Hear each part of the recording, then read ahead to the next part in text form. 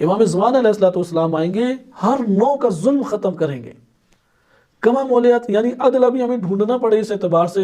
تو زمین آپ پوری دیکھیں، پوری اس روئے زمین میں سب سے زیادہ تاریک اور اندھیرا پن جن زمین کے خطوں میں پایا جاتا ہے وہ یہی غربی ممالک ہیں. ان سے زیادہ تاریکی کسی اور جگہ نہیں پائی جاتی.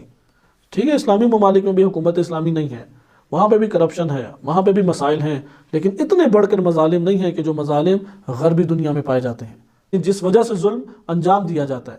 اور وہ وجہ کیا ہے؟ یا فکری انحراف ہے، یا انسانی نفس کا ظلم و ستم کا شکار ہونا ہے، یعنی ہوائے نفس کا شکار ہونا ہے. بسم اللہ الرحمن الرحیم وبه نستعین وهو خیر المعین وصلی اللہ علی سیدنا محمد وآلہ الطاہرین.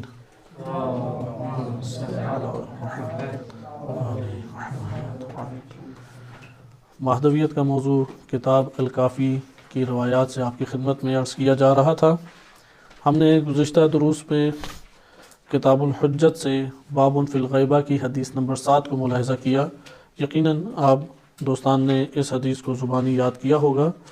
حدیث مبارک میں امیر المومنین علیہ السلام سے یہ روایت منقول ہے، اور اس روایت میں امیر المومنین علیہ السلام سے اسبغ بن نباتہ نے نقل کیا ہے. اسبغ بن نباتہ ان کا شمار شرطۃ الخمیس میں ہوتا ہے کہ شرطۃ الخمیس امیر المومنین علیہ السلام کی وہ فداکار فوج اور سپاہ تھی کہ جنہوں نے امام علی علیہ السلام کے ہاتھوں میں اس شرط پہ بیعت کی کہ امام علیہ السلام انہیں جنت کی ضمانت دیں، وہ اپنی جان اور گردن کی ضمانت امیر المومنین علیہ السلام کو دیں گے کہ امام ایک حکم فرمائیں، وہ اپنی جان فدا کرنے کے لیے تیار ہیں.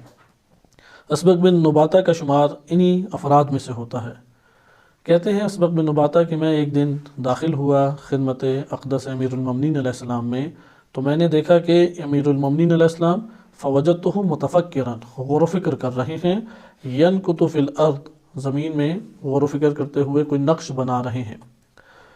فقلت یا امیر المؤمنین، میں نے مخاطب ہو کے کہا کہ اے امیر المومنین، ما لی اراک متفکرا تنکت فی الارض رغبتا منک فیہا، کہ میں آپ کو فکر کی حالت میں دیکھ رہا ہوں، کیا زمین پہ آپ جو یہ نقش بنا رہے ہیں، سوچتے ہوئے انسان جو تنکوں کو حرکت دیتے ہوئے کچھ بناتا ہے یا پتھروں کو حرکت دیتا ہے، کیا آپ کی زمین میں کوئی رغبت ہے یا ایسا نہیں ہے؟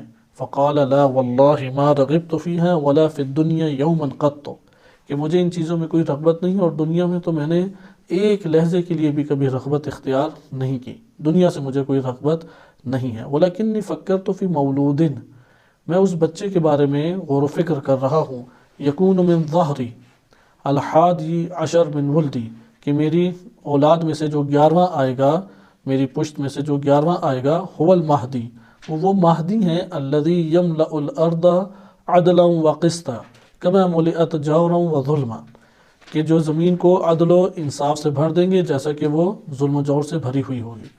اس جگہ پہ ہم نے گزشتہ درس میں چند نکات ملاحظہ کیے تھے کہ مہدویت، امام مہدی علیہ السلام کا تعارف امیر المومنین علیہ السلام نے نظریہ مہدویت سے کرایا، اور یہی تعارف ہمیں ذہن نشین کرنا چاہیے. یعنی امام مہدی علیہ السلام کا تعارف مہدویت کے باب سے کرایا ہے. مہدویت کے باب سے جو تعارف ہے وہی حقیقی تعارف ہے امام زمان علیہ السلام کا.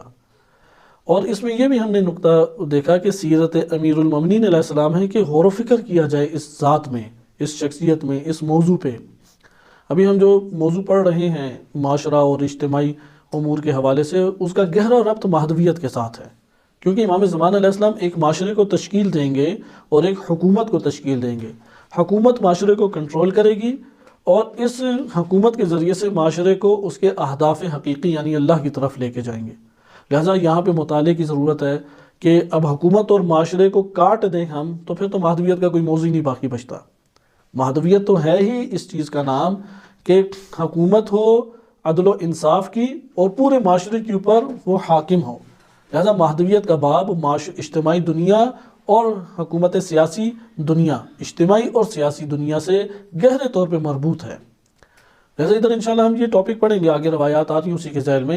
امام زمان علیہ السلام جو معاشرہ تشکیل دیں گے، اس معاشرے کی خصوصیات کیا ہیں. جو معاشرہ امام زمان علیہ السلام تشکیل دیں گے اس معاشرے میں کیا کیا خوبیاں پائی جاتی ہیں، کیا لوگوں کے رجحانات ہوں گے، کس نوعیت کا معاشرہ ہوگا، یا اس دور میں ٹیکنالوجی کس طرح کی ہوگی، اس کا ہولڈ کیسا ہوگا امام زمان علیہ السلام کو پورے معاشرے کے اوپر۔ اسی طرح حکومت کی خد و خال بیان کیے جائیں گے، حکومت کیسی ہوگی، اس کی نوعیت کیا ہوگی، کیا کن امور کو وہ حکومت سب سے پہلے اپنے مسائل قرار دے گی، فرسٹ پریورٹی جسے کہتے ہیں، سب سے پہلا ان کا ہدف اس حکومت کا کیا ہوگا، یہ چیزیں انشاءاللہ آگے آئیں گی۔ لیکن ان دونوں موضوعات کو اگر ہم بہترین طور پہ ایک سطر میں بند کرنا چاہیں تو وہ یہی روایت مبارک کے کلمات بنتے ہیں۔ یعنی امام فرماتے ہیں کہ هو المہدی الذی، مہدی وہ ہیں کہ جو یملأ الارض عدلا و قسطا، زمین کو عدل و قسط اور انصاف سے بھر دیں گے، کما ملئت جورا و ظلما، جیسا کہ ظلم و جور سے وہ بھری ہوگی۔ ادھر بھی چند چیزیں قابل دقت ہیں لیکن ہم آگے چلتے ہیں۔ مثلا یہ کہ قسط کا کیا مطلب ہے؟ قسط کا ایک لفظ ایسا ہے کہ جو مثبت اور منفی دونوں لفظوں میں استعمال ہوتا ہے، اور قرآن نے واضح طور پہ کہا ان اللہ یحب المقسطین، کہ جو انصاف برتتے ہیں اللہ تعالیٰ ان سے محبت کرتا ہے۔ یا حضرت داؤد علیہ السلام کو حکم ہوا، یا دیگر انبیاء علیہ السلام کا تذکرہ ہے کہ جس میں واضح قرآن کی آیت ہے کہ حکم دیا گیا کہ زمین پہ عدل و انصاف کو قائم کرو۔ یہی ہے کہ اللہ تعالیٰ نے حکم دیا ہے کہ یأمر العدل والاحسان، عدل اور احسان کا اللہ تعالیٰ حکم دیتا ہے۔ جیسا اللہ کا حکم ہے اور حجج الہیہ اسی حکم کی تابع داری کرتے ہوئے لوگوں کے درمیان جو فیصلے کیا کرتے تھے وہ عدل و انصاف سے کرتے تھے۔ کلمہ عدل اور کلمہ قسط، قسط کے دو معنی ہیں اور دونوں متضاد ہیں۔ ایک دفعہ قسط بے معنی عدل آتا ہے اور ایک دفعہ قسط بے معنی حدود سے باہر ہونے کے معنی میں آتا ہے، یعنی ظلم کے معنی میں آ جاتا ہے۔ عدل بھی اسی طرح ہے۔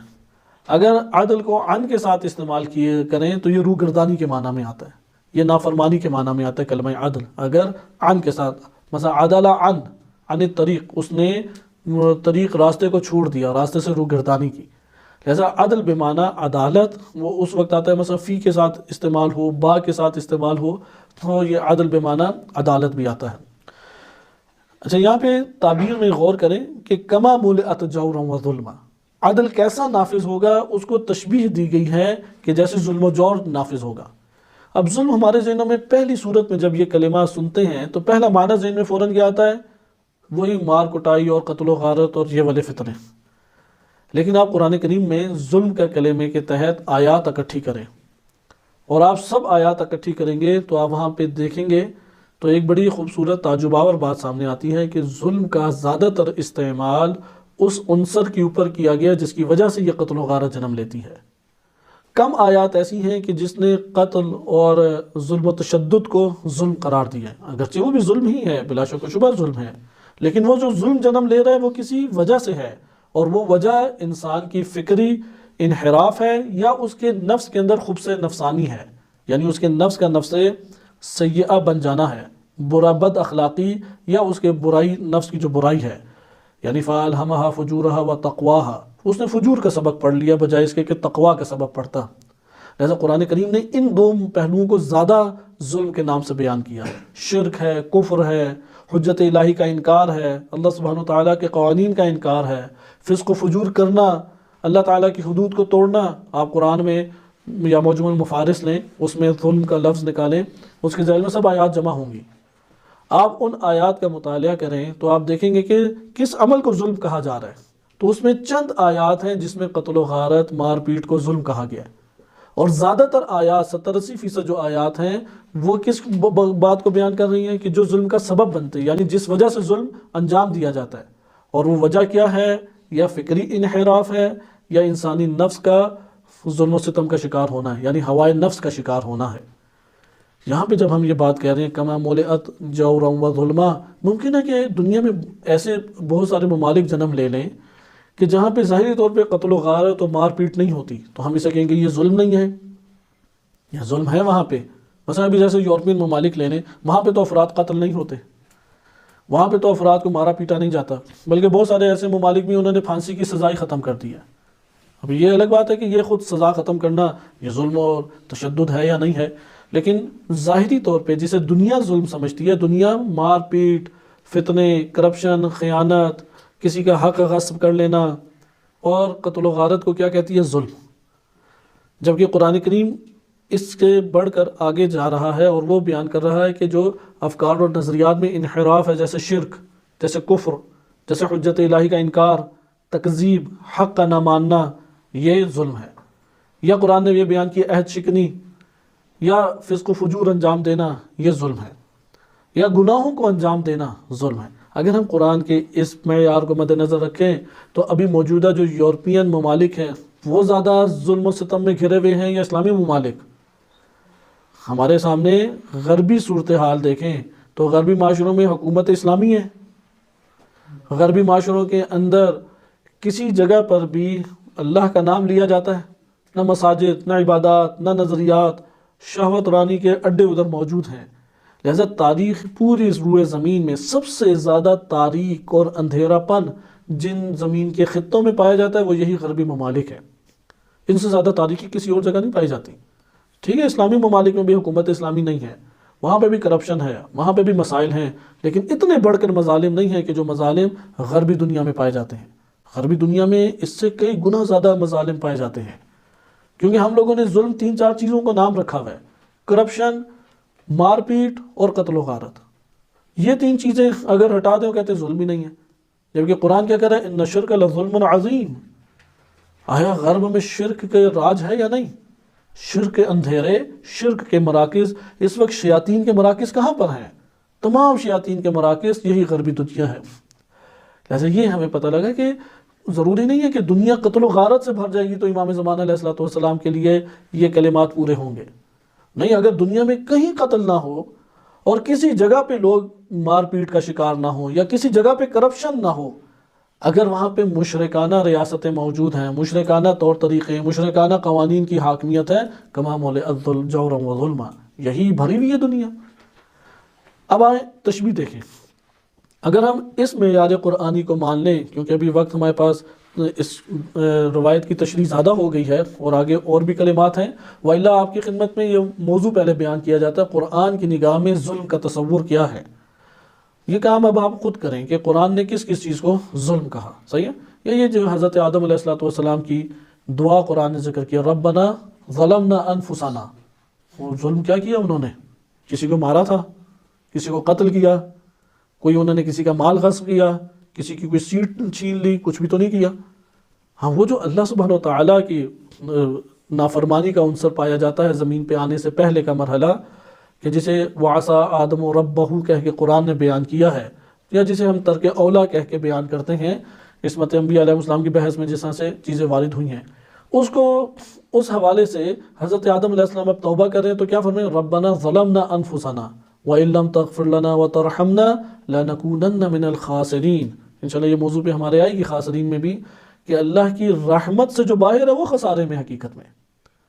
اب ادھر جو گناہ کا تصور ہے، یعنی یہ آیت کم سے کم ہمیں کیا بات بتاتی ہے؟ اگر اللہ کی نافرمانی کسی بھی درجے کی ہو جائے، بے شک گناہ ہو یا نہ ہو، ممکن ہے ترک اولا ہی کیوں نہ ہو، کسی بھی درجے کی اگر نافرمانی ہو جائے تو وہ ظلم کے دائرے میں آ جاتی ہے۔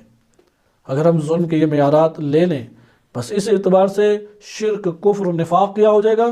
ظلم۔ اس اعتبار سے فسق و فجور، شراب پینا، نعوذ باللہ زنا کرنا، یا اسی طریقے ناپ تول میں کمی بیشی کرنا، یہ سارے کے سارے کیا ہو جائیں گے؟ ظلم۔ اس معیار کو لے کے آئیں تو دنیا میں کس جگہ ظلم نہیں ہے؟ کوئی ہمیں جگہ دکھائی دیتی ہے؟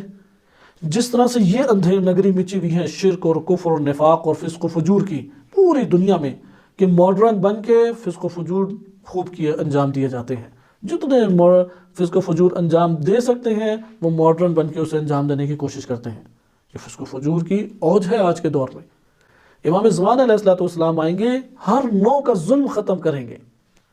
کما مولیات یعنی عدل ابھی ہمیں ڈھونڈنا پڑے اس اعتبار سے، تو زمین آپ پوری دیکھیں، ایران کے ملک میں بھی حکومت اسلامیہ ایران حکومت اور حکومت کے مد مقابل معاشرہ ہے۔ ایران کے اندر جو حکومت کا سٹرکچر ہے وہ اسلامی ہے، اور ان کی کوشش ہے کہ اس معاشرے کے اوپر اسلامی قوانین کو ان لوگوں کی مرضیوں سے حاکم کیا جائے، نہ کہ جبر کے ذریعے سے۔